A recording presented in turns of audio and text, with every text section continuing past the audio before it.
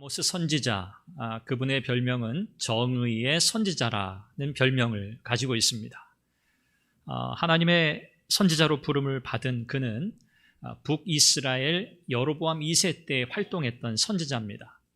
그는 사실 남유다 출신인데 또 목축업을 하던 사람인데 그가 하나님의 부르심을 받고 북이스라엘에 가서 북이스라엘의 멸망을 선포하는 그 역할을 담당하는 선지자의 사역을 감당하게 됩니다.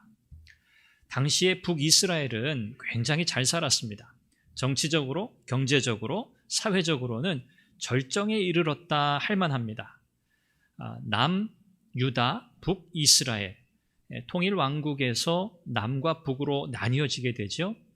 그리고 북쪽에는 여로보암이라고 하는 이 왕이 이제 통치를 시작하면서 이 겉으로 볼 때에는 이 나라가 정말 잘 세워지는구나.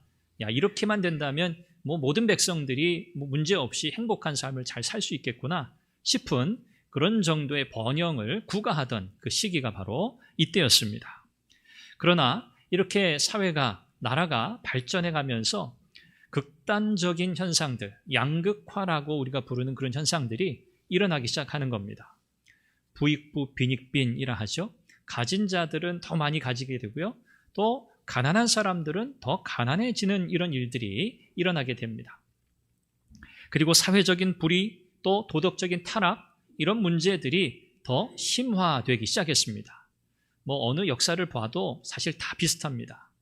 한편으로는 번영하고 잘 살게 되는데 그 이면에는 사회적인 타락, 도덕적인 타락이 늘 함께 가고 있는 것을 우리는 발견하게 되죠. 당시 북이스라엘이 그랬습니다. 하나님은 이 북이스라엘에 대한 하나님의 사랑과 자비, 긍휼, 그리고 그들이 하나님의 백성으로서 하나님 앞에 돌아오기를 간절히 바라는 그 심정으로 하나님은 선지자들을 통해 말씀해 오셨습니다. 오늘 아모스는 하나님 앞에 사명을 받고 북이스라엘에 가서 하나님 앞에 그들이 돌이키지 않았기 때문에 그들은 결국 멸망하게 될 것이라는 북이스라엘의 종말의 메시지를 선언하기 시작합니다. 우리가 이 본문의 말씀을 조금 더 이해하기 위해서 5장 4절 6절 말씀을 한번 같이 보겠습니다. 한번 한 목소리로 읽겠습니다. 시작. 너희는 나를 찾으라. 그리하면 살리라. 베델을 찾지 말며 길갈로 들어가지 말며 브엘세바로도 나아가지 말라. 길갈은 반드시 사로잡히겠고 베델은 비참하게 될 것임이라 하셨나니 너희는 여호와를 찾으라. 그리하면 살리라. 그렇지 않으면 그가 불같이 요셉의 집에 임하여 멸하시리니 베델에서 그 불들을 끌 자가 없으리라. 아멘. 아모스 선지자가 지금 북이스라엘의 심각한 위기 상황을 이야기하면서 그들이 망하게 되었다. 너희들이 망하게 되었다는 거예요. 자, 그런데 아직 기회가 있어요. 아직 기회가 있는데 하나님을 온전히 찾으라는 거예요. 여호와 하나님을 온전히 찾는 삶을 회복하라는 거죠. 그러면 거기에 살 길이 열린다는 거예요. 이게 마지막 경고의 메시지이자 기회의 메시지입니다. 여기 찾으라 그리하면 살리라 그랬습니다. 찾으라 그리하면 살리라. 찾으면 그 결과 살게 된다. 이런 의미죠. 히브리어 원문에는 이 찾는 것과 사는 것이 똑같은 명령형으로 되어 있어요. 그러니까 찾으라 그리고 살라 그 말이에요. 찾는 것과 사는 것이 분리된 게 아니라는 거예요. 하나님을 찾는 것, 하나님 앞에서의 삶을 회복하는 것이 곧 너희의 목숨을 건지는 일과 같다 그 말이죠. 여기 언급되고 있는 베델, 브엘세바, 길갈 다 역사적인 장소입니다. 의미 있는 장소거든요. 이스라엘 역사 속에. 베델은 어떤 곳이죠? 야곱이 돌기둥을 쌓고 하나님 앞에 서원했던 곳이죠. 또 길갈은 어떤 곳이죠? 가나안 땅에 들어가게 됐을 때 처음으로 그들이 제단을 쌓은 곳이 바로 길갈입니다. 브엘세바는 또 어떤 것이, 브엘세바가 그곳이죠. 하나님 앞에서 이스라엘 백성들이 예배하고 하나님의 그 놀라운 구원의 역사를 기억하고 감사하며 믿음으로 하나님 앞에 나아갔던 그 역사적인 장소, 그런데 이 말씀에서 오늘 베델이라든지 길갈이라든지 브엘세바라든지 이 모든 것이 굉장히 중요한 의미를 가진 역사적인 장소인데도 불구하고 하나님께서 뭐라고 말씀하세요? 그 모든 장소, 중요하게 여기는 모든 장소, 거기 가지 말라는 거예요. 가게 되면 비참하게 된다고 말씀하세요. 자, 그러면 당시 이스라엘 백성들이 어떻게 살았다는 거죠? 그들은 베델, 길갈, 브엘세바 이런 곳을 아주 중요하게 여기면서 그곳을 드나들었다는 거예요. 왜 그랬을까요? 이스라엘 백성들은 그곳을 성지로 삼았습니다. 성지, 거룩한 장소로 삼았어요. 자, 그런데 사실 당시 이 베델이나 길갈이나 브엘세바는요, 성지라고 그렇게 여겨졌지만 사실은 우상숭배의 본거지였어요.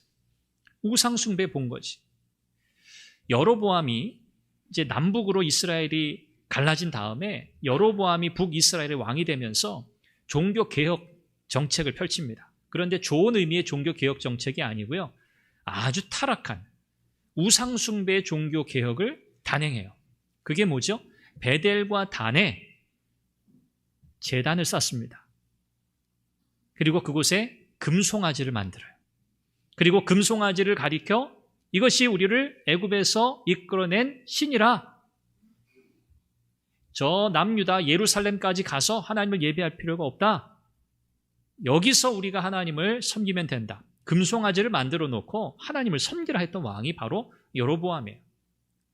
그래서 북이스라엘의 역사 속에서 여로보암의 길로 행했다라고 하면 이건 가장 악한 길로 행했다는 말과 같아요. 또 그 뒤를 잇는 여러 악한 왕들이 있죠. 아합이라든지 아합의 길로 갔다. 이것도 아주 패역한 길로 갔다는 그런 의미로 사용돼요.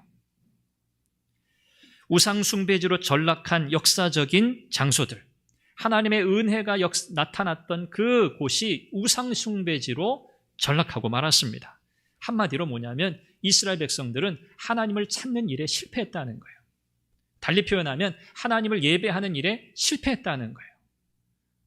하나님을 예배하는 모든 일이 인생의 가장 근본이고 그들의 삶의 사실은 전부인데, 이 하나님의 백성으로 부름받은 이스라엘 백성들이 하나님의 백성으로 살지 않고 있다는 거예요. 이것이 북이스라엘의 멸망을 선포하는 이 선지자의 메시지의 핵심입니다. 그들이 망하는 이유가 여기 있다는 거예요. 하나님을 예배하지 않는 거예요. 하나님을 찾지 않는 거예요. 그들이 하나님 예배하지 않았나요? 그들은 할 말이 있었어요. 우리는 했다. 우리는 제사도 지내고 제물도 드리고 우리는 할 만큼 다 했다. 자, 그런데 문제가 뭡니까? 하나님은 그것을 예배로 여기지 않으신다는 게 문제예요. 우리가 하는 행위가 중요한 게 아니라 하나님이 그런 우리의 행위, 그런 예배를 하나님이 받으시느냐 안 받으시느냐, 그게 중요한 거잖아요. 그런데 이 북이스라엘 백성들은요, 자기들은 자기가 할 역할들을 다 했다고 하면서 우리는 하나님을 예배했지, 언제 우리가 예배하지 않았나? 그렇게 말하고 있는 거예요. 그러나 하나님 보실 때 그들은 예배한 게 아니었습니다. 그게 문제였어요. 그러면서 오늘 본문에 이 아모스서 전체의 핵심 메시지이기도 한데 24절 말씀인데요. 오직 정의를 물같이 공의를 마르지 않는 강같이 흐르게 할지어다 라고 하는 메시지가 이런 맥락, 이런 배경 속에서 핵심 메시지로 오늘 선포되고 있습니다. 여기서 우리는 과연 이스라엘 백성들에게 있어서 당시 예배는 뭐였는가? 그리고 하나님이 정말 받으시는 예배는 뭔가? 그리고 공의, 정의, 이것을 물같이, 강과 같이 흐르게 하라고 하시는 이 말씀의 의미가 뭔가? 라는 것을 오늘 본문을 통해서 살펴보려고 합니다. 오늘 말씀의 제목은 온전한 예배자의 삶입니다. 이것이 결론이거든요. 하나님이 원하시는 것은 온전함이고요. 그것이 우리의 예배와 연결되어 있습니다. 이 예배는 단지 우리가 함께 모여서 드리는 형식을 갖춘 형식적 예배만을 가리키는 것이 아닙니다. 정의와 공의로 표현되고 있는 이 말씀은 오늘 이 함께 모여 드리는 우리의 신앙 공동체, 주일에 함께 모여 드리는 이 공동의 예배, 이것뿐만 아니라 우리의 삶의 자리 가운데서 하나님 앞에 마땅히 살아내야 하고 마땅히 드려야 할 우리의 삶의 예배, 이것이 함께 동반되어야 한다는 것을 우리에게 말씀하고 있어요. 자, 그렇다면 예배는 무엇인가 하는 겁니다. 뭐 우리 가운데 예배가 뭔지 모르는 분들이 있을까요? 여러분들은 이미 예배 자리에 계신데요. 자, 오늘 말씀에 따르면 예배는 뭘까요? 하나님을 찾는 겁니다. 아주 간단히 표현하면 예배는 하나님을 찾는 거예요. 하나님 한 분만을 높이는 것이 예배입니다. 하나님 한 분만을 찬양하는 것이 예배입니다. 그런데 이스라엘 백성들은요, 당시에 제사라고 하는, 예배라고 하는 형식, 행위는 그들이 했어요. 그런데 하나님을 전혀 높이는 예배가 아니에요. 하나님이 기뻐하시는 그런 예배가 전혀 아니었어요. 그들에게 그것은 그냥 의식적인, 의례적인 행사였어요. 일주일에 한 번씩 우리가 교회에 와서 예배 드리잖아요. 예배 드리는 이런 행위와 같이 그냥 여기에는 어떤 중심도 없어요. 하나님을 기쁘시게 하고자 하는 열망도 없어요. 그냥 습관적으로 몸이 그냥 가는 거예요. 그 예배라고 하는 형식 그 틀 안에 들어갔다가 그냥 나오는 것뿐이에요. 그들이 예배자가 되는 게 아니었어요. 또한 예배를요, 자기 자신의 유익과 편의를 위한 수단으로 삼는 거예요. 예배 드리는 그 행위 자체를 다른 목적에 두고 이용하는 거예요. 뭐 이런 일들이 얼마나 많은지 모릅니다. 뭐 우리가 선거를 앞두고 있습니다만 정치인들, 그들의 행보를 우리가 가만히 살펴보면 물론 정치의 특성이라고도 할 수 있겠지만, 그렇죠? 자기 어떤 신앙적 신념과 다른 행위들을 하잖아요. 그렇죠? 뭐 정치뿐만 아니죠. 이스라엘 백성들은요, 베델에도 가고 길갈에도 가고 브엘세바에도 갑니다. 그것은 그들이 말하는 소위 성지입니다. 그런데 그곳에서 거룩하신 하나님을 찾지 않는 거예요. 당연하죠. 그것은 우상 숭배지였어요. 금송아지를 만들어 놓고 하나님이라니요. 말도 안 되는 거죠. 자기들의 편의에 따라 만들어 놓은 제 입맛에 맞는 신, 사실 여로보암이 정치적인 전략에 의해서 금송아지 만들어 놓은 게 아니겠습니까? 북이스라엘, 남유다가 나뉘었는데 북이스라엘 백성들이 자꾸 남쪽에 가서 예루살렘에 가서 하나님을 예배해야 한다고 하면 여러 가지 혼선이 빚어져요. 이미 나라가 둘로 나뉘었는데 백성들의 마음이 자꾸 남쪽으로 향하게 되는 거예요. 그래서 여로보암이 이런 어리석은 정책을 편 거예요. 결국 북이스라엘은요, 처음부터 결국은 우상 숭배 때문에 고통을 당하고 골머리를 겪다가 망하게 되죠. 변질된 예배가 얼마나 위험한가? 얼마나 위험한가? 왜요? 왜 위험하죠? 하나님과는 전혀 무관한 일이기 때문에 그래요. 하나님과 관련이 없는 일이에요. 변질된 예배는. 우리가 일종의 형식주의 이렇게 표현할 수도 있을 겁니다. 형식주의에 빠지는 것 우리가 경계해야 돼요. 내용이 없는, 중심이 없는, 마음이 없는, 열정이 없는 그런 형식적인 예배, 그 예배에는 하나님이 없어요. 무엇만 남습니까? 자기 만족만 남습니다. 자기 만족, 자기 위안만 남아요. 이스라엘에게 이런 예배가 가득했어요. 오늘 우리의 예배에도 마찬가지입니다. 형식을 갖춘 예배는 수없이 많죠. 형식 자체를 부정하는 게 아니에요. 형식이라고 하는 건 이건 뭐 부정적인 의미의 형식주의를 말씀드리는 게 아니에요. 어떤 틀, 어떤 구조를 말씀드리는 거예요. 뭐 좁게 말하면 예배의 순서 이런 것도 표현되겠죠. 예배라고 하는 틀이 얼마나 많습니까? 주일 예배부터 시작해서 주일 뭐 오전 예배, 오후 예배, 뭐 헌신 예배, 주중에 뭐 수요 예배, 또 뭐 금요 예배, 예배라는 이름을 붙인 형식을 가진 이 예배가 굉장히 많습니다. 그러나 중요한 것은요, 예배가 많든 적든, 형식을 갖춘 예배가 많든 적든 진정한 예배인가 하는 거예요. 진정한 예배인가? 한국교회는 이례적으로 다른 나라에 사실은 없어요. 제가 경험한 다른 나라에는 한국교회처럼 예배가 많은 나라가 없어요. 여러분 알고 계시나요? 잘 모르시는군요. 한국교회만큼 예배가 많은 나라가 없습니다. 새벽 기도해도 새벽 예배라 이렇게 표현하잖아요. 새벽부터 시작해서 철야, 심야, 굉장히 많죠. 다른 나라에는 깜짝 놀래요. 이런 이야기를 하면 그렇게 어떻게 사냐는 거예요. 미국에서 제가 미국 사람들, 한국에는 이게 굉장히 뿌듯한 전통처럼 이렇게 얘기하잖아요. 우리는 새벽부터 하나님 앞에 기도로 시작해서 저녁 늦은 시간 밤을 새서 기도하고 늦은 시간까지 기도하고 주중에도 교회에 수없이 나아가서 예배드리고 신앙활동하고. 그분들이 놀래요. 숨 막혀 죽는. 언제 당신은 언제 안식을 누리냐는 거예요.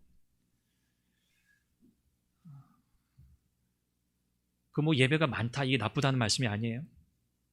굉장히 많습니다. 거기에는 열정이 있었기 때문이에요. 하나님을 향한 열심이 있었기 때문이에요. 이 한국교회가 가지고 있는 이거 특별한 열심이에요. 이걸 자랑해야 할지 어떻게 평가해야 될지는 모르겠습니다만, 어쨌든 하나님은 열정과 열심을 가지고 하나님 앞에 나온 이 나라 이 민족을 하나님께서 복되게 하셨다고 저는 믿어요. 그런데 우리는 본질을 잃어버리면 안 돼요. 오늘 우리에게 그만큼 하나님 앞에 많은 예배를 드린다고 할 때는 그만큼의 열정이 함께 가야 하는 거예요. 그만큼의 중심이 함께 가야 하는 거예요. 그런데 우리는 참 연약했어요.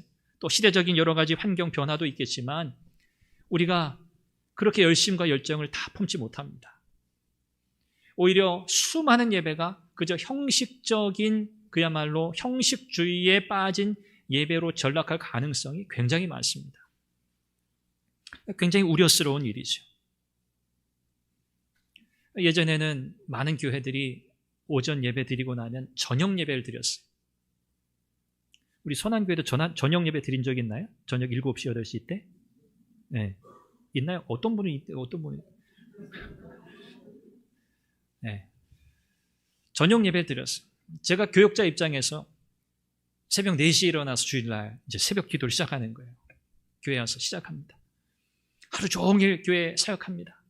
교구 사역하고, 청년부 사역하고, 여러 가지 행정적인 일들 하고. 그리고 잠깐 쉬었다가 저녁 예배 또 준비합니다. 저녁 예배 7시. 저녁 예배 드리고 정리하고 마무리하고 집에 오면 10시입니다. 제가 기뻤을까요? 전혀 기쁘지 않았다는 건 거짓말이고 굉장히 힘들었습니다. 피곤했습니다. 지쳤습니다. 목사인데 말씀의 은혜, 하나님의 능력 너무 필요하죠. 그런데 솔직히 너무 힘들었어요. 너무 지쳤어요. 너무 피곤했어요. 그냥 그게 내 일이니까 하는 거예요. 기계적으로 움직이는 거예요. 그러지 않아야 했지만 그럴 수밖에 없었어요. 이제 철인이 아니잖아요. 이런 어떤 물리적인 부분만이 아니고요. 사실 중심의 문제죠. 이 이스라엘 백성들이 수많은 예배라고 그들이 부르는 그 일에 참여했지만 거기에는 그들의 진심이 없었습니다. 진정한 예배, 하나님 받으시는 예배가 없었어요. 그래서 오늘 말씀 21절에 보니까 내가 너희 절기들을 미워한다. 너희들이 모이는 그 성회 내가 기뻐하지 않는다. 여기 미워하고 내가 멸시한다 그랬어요. 너희 절기를 미워하고 멸시한다. 여러분, 절기는 누가 명하신 거예요? 절기를 지키라는 건 하나님 말씀하신 거예요. 하나님이 정하신 거예요. 그런데 하나님이 명령하신, 하나님이 지키라고 하신 그 절기를 하나님이 지금은 미워하고 멸시하신대요. 미워한다는 건 혐오한다는 뜻이에요. 구역질 난다는 뜻이에요. 너희들이 절기를 열심히 지킨다고 하는데 나 그거 너무 싫어. 나 진짜 혐오스러워. 구역질할 것 같아. 왜 그렇죠? 하나님이 정하신 절기를 지키는 게 아니기 때문에 그래요. 지금 이스라엘 백성들은요, 하나님이 정하신 거 지키는 게 아니라 자기들이 임의로 정한 절기를 지키는 거예요. 원래 정해진 절기를 그들이 임의로 바꾸었어요. 초막절 같은 경우도 한 달이나 뒤로 미루었어요. 자기들의 편의에 따라서. 7월 15일에 지켜야 되는데 한 달 뒤로 8월 15일에 지키는 거예요. 자기들 마음대로. 하나님이 정하신 대로 절기를 지키지 않았어요. 자기 멋대로란 말이죠. 그렇기 때문에 그들이 드리는 제물도 하나님이 모두 거부하세요. 나 받지 않겠다. 너희들이 드리는 제물, 제사 드리며 가지고 오는 그 제물 받지 않겠다. 22절에 너희가 내게 번제나 소제를 드릴지라도 내가 받지 않을 것이요 너희의 살찐 희생의 화목제도 내가 돌아보지 아니하리라 그랬어요. 번제, 소제, 화목제, 이것은요 5대 중요 제사 중에 핵심 제사입니다. 그런데 이 제사를 하나님이 받지 않으시겠대요. 거기에 드리는 희생 제물도 받지 않으시겠대요. 여기는 돌아보지 않겠다 이렇게 표현하고 계세요. 돌아본다는 건 돌아보지 않는다는 건 거들떠 보지도 않겠다는 말이에요. 그걸 제물로 인정하지 않겠다는 말이에요. 합당하지 않기 때문이죠. 원래 절기를 명하시고 원래 제사를 명하신 그 하나님이 이제 그들의 절기 지키는 것, 그들의 제사 모두 다 거부하고 계세요. 심지어 오늘 23절에 보니까 그들이 하나님 앞에 나오면서 노래하잖아요. 찬양하잖아요. 악기를 가지고 띵가띵가 하면서 하나님을 높여드린다고 하잖아요. 그런데 그 노랫소리, 악기 소리조차 하나님이 이제 듣지 않으시겠다고 그래요. 나 듣지 않겠다. 여러분 정말 보기도 싫고 듣기도 싫을 때 여러분 이렇게 몸으로 표현해 본 적 있으세요? 보고 듣고 여기 이제 하나님이 받지 않으신다라고 했잖아요. 제물 받지 않으신다. 이 받지 않으신다는 건 이 유대 제사는 하나님이 흠향하신다 그래요. 그 제사 제물의 향기를 하나님이 연락하신다 그렇게 표현하거든요. 그래서 제물을 받지 않는다는 건 냄새를 맡지 않겠다 그런 의미이기도 해요. 자, 보고 냄새 맡고 듣는 것 여러분 손으로 해보신 적 있어요? 한번 다 막아보세요. 지금 눈, 코, 입 막아보세요. 네. 하나님이 지금 딱 그 제스처를 취하고 계시는 거예요. 나 보기도 싫어. 꼴 보기도 싫어.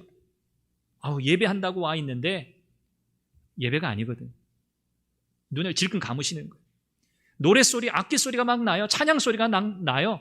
그런데 하나님이 귀를 꽉 손가락으로 우리가 틀어막잖아요. 듣기 싫어. 귀를 틀어막고 계시는 거예요. 그들이 드리는 제물, 그 냄새도 맡기 싫어. 코를 콱 막고 계시는 거예요. 하나님이 지금 그 모양을 하고 계신다는 거예요.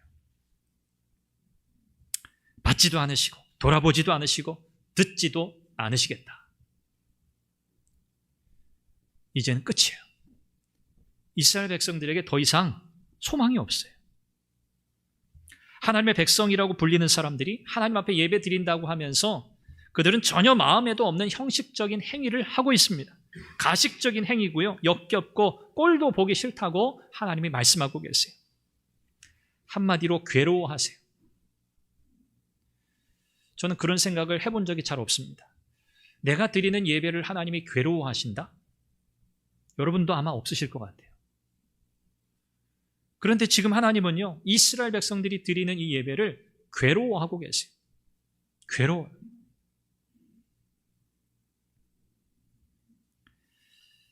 하나님을 향한 예배를 괴로워하시는 하나님. 사실 우리는 상상해 본 적이 없습니다. 그러나 오늘 이 말씀은 우리의 예배가 하나님께 괴로움이 될 수도 있다고 말씀합니다. 나의 예배, 우리의 예배는 과연 하나님께 괴로움을 드리는 예배인가? 아니면 하나님께 정말 기쁨을 드리는 예배인가? 이걸 우리가 확인해야 합니다. 오늘 하나님은 하나님의 백성들이 회복해야 할 예배를 말씀하시면서 이 예배는 또한 정의와 공의를 회복하는 예배여야 한다고 말씀하고 계세요. 지금 이스라엘의 지금 이 형편이 여러분 어때요? 정말 어쩌다 이 지경이 되었나 싶잖아요. 어떻게 하나님의 백성들이 그 존귀하고 영광스러운 이름을 받은 하나님의 백성들이 어찌 그들이 드리는 예배조차 하나님이 거들떠보지도 않겠다고, 구역질 난다고, 혐오스럽다고 그렇게 여기시는, 괴로워하시는 예배가 되었느냐 하는 겁니다. 오늘 본문은 그들에게 정의와 공의가 결여되었기 때문이라고 말씀해요. 정의와 공의가 결여된 예배. 이 당시 이 북이스라엘은 아까 말씀드린 것처럼 굉장히 부유하게 잘 살았어요. 경제적으로 굉장히 풍성했어요. 그러다 보니까 사회적인 문제들이 한두 개가 아니었습니다. 가진 자들의 횡포가 대단했습니다. 뇌물을 주고받는 일이 그냥 보통 일이었습니다. 가난한 사람들을 억압하고 착취하는 일들이 예산일이었습니다. 재판해도 소용이 없어요. 다 가진 자들이 짜고 치는 거예요. 다 자기들에게 유리한 쪽으로 결론을 다 내버려요. 다 판결을 내버려요. 그러니까 억울한 사람들이 너무 많아요. 가난할수록 억울한 거예요. 당시 북이스라엘이 그랬어요. 모든 사법행위 또 통치행위 이런 것들이 다 어그러졌어요. 다 가진 자들의 편이었어요. 그러니 이런 불의와 불법과 악행을 행하는 자들이 하나님 앞에 나와서 예배한다고 하고 있다는 말이에요. 제사 드리기 위해 예배 드리면서 나올 때에는 어떻게 나오겠습니까? 불의함과 악독함을 가지고 하나님 앞에 그들이 예배한다고 나왔겠습니까? 속은 그래도 겉으로 볼 때는 어땠겠어요?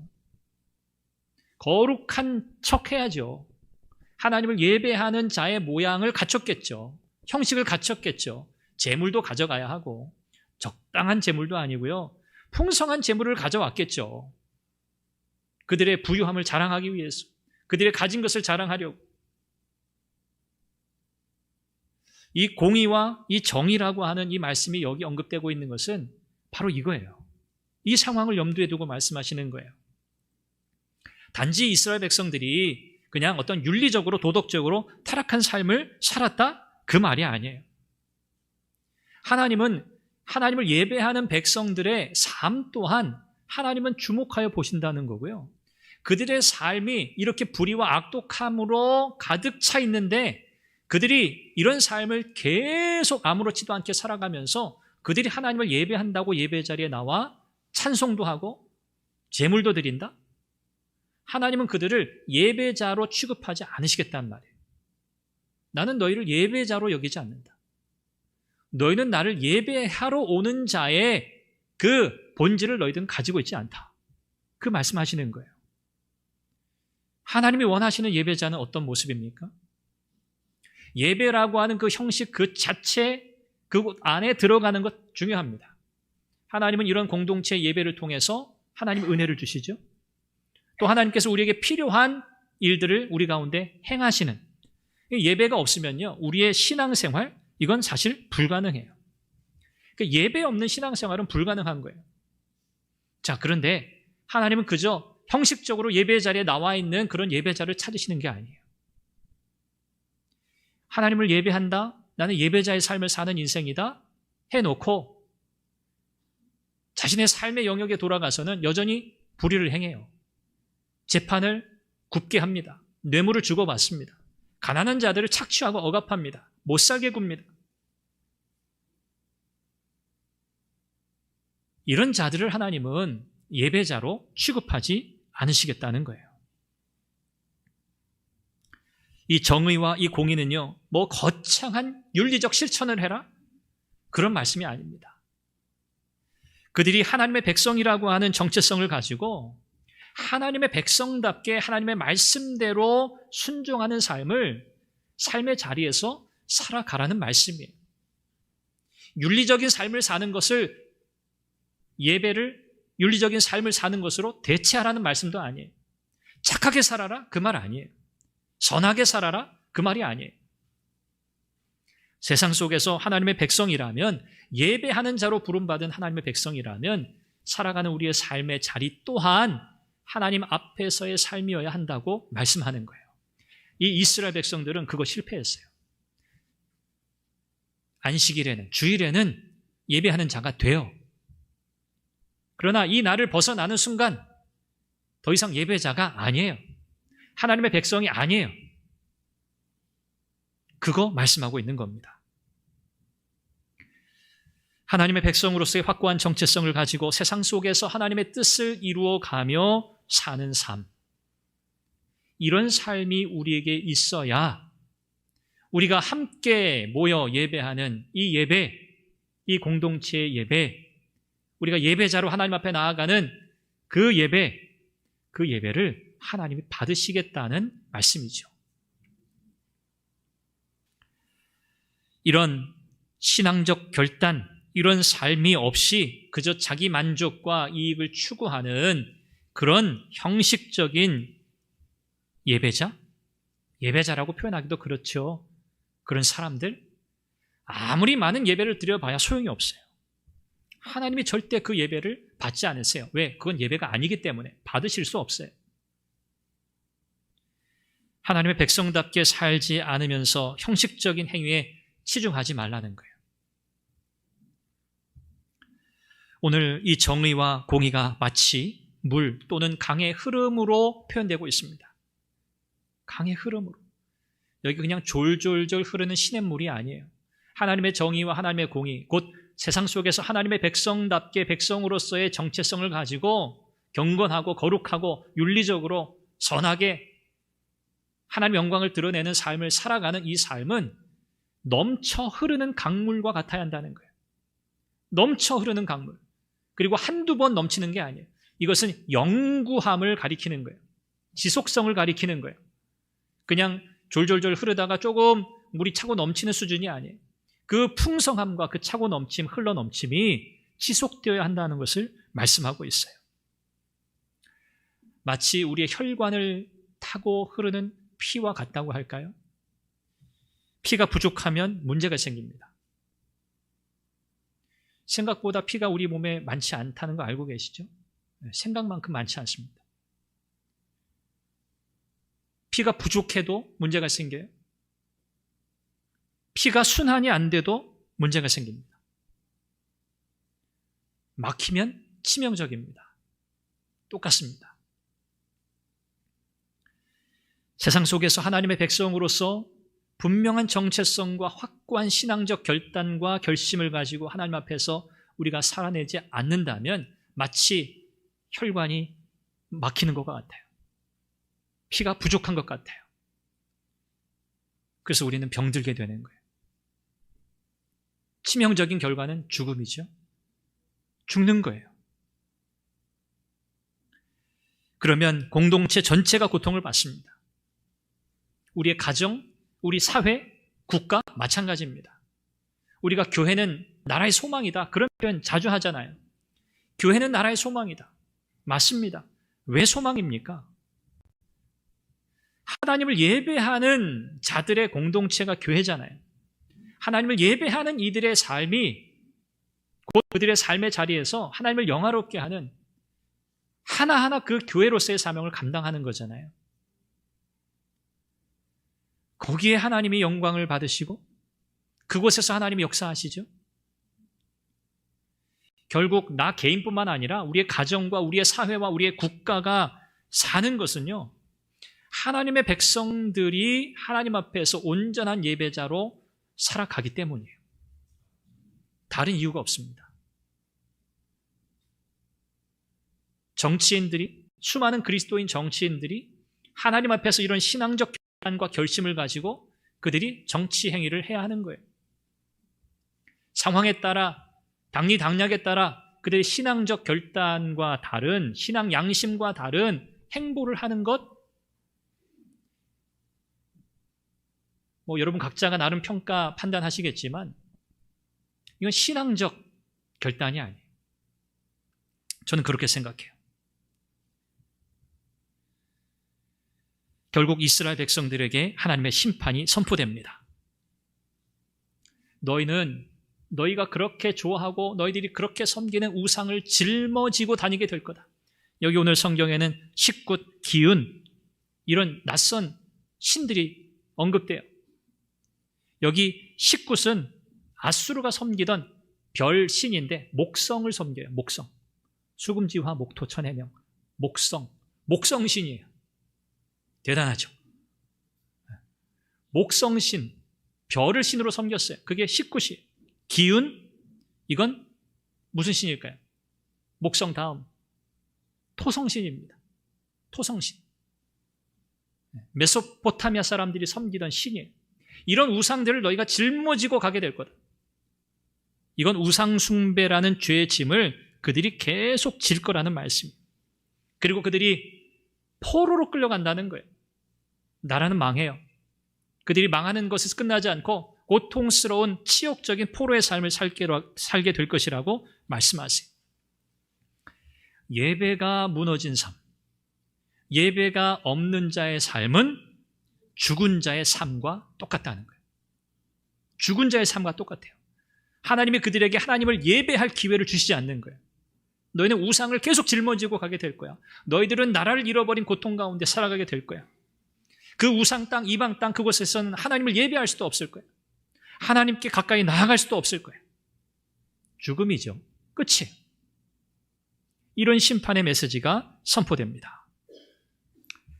말씀을 정리합니다. 하나님은 오늘 하나님을 간절히 전심으로 찾는 예배자를 원하십니다. 그 예배자는요, 주일에 교회 와서 주일 오전 예배 때 마음을 다 쏟아붓는 예배자 아닙니다. 그건 기본이죠. 주일에 함께 모여 드리는 공동체 예배 가운데 전심으로 하나님 앞에 나와 은혜를 구하며 자비와 긍휼을 구하는 그 예배자, 이건 우리가 가져가야 할 기본값입니다. 이건 기본이에요. 그러나 하나님은 그것만을 보고 우리를 온전한 예배자라 보시지 않는다는 거예요. 월요일부터 토요일까지 한 주간의 우리의 삶이 하나님이 받으시고 찾으시는 예배자의 삶을 살아야 돼요. 이것이 더해져야 우리가 함께 하나님 앞에 예배자로 나왔을 때 하나님은 그 예배를 너 정말 예배를 드리는구나 라고 보시겠다는 말씀이에요. 교회에서만 잘하는 신앙인? 아니요. 교회에서만 열매를 맺는 신앙인? 아니요.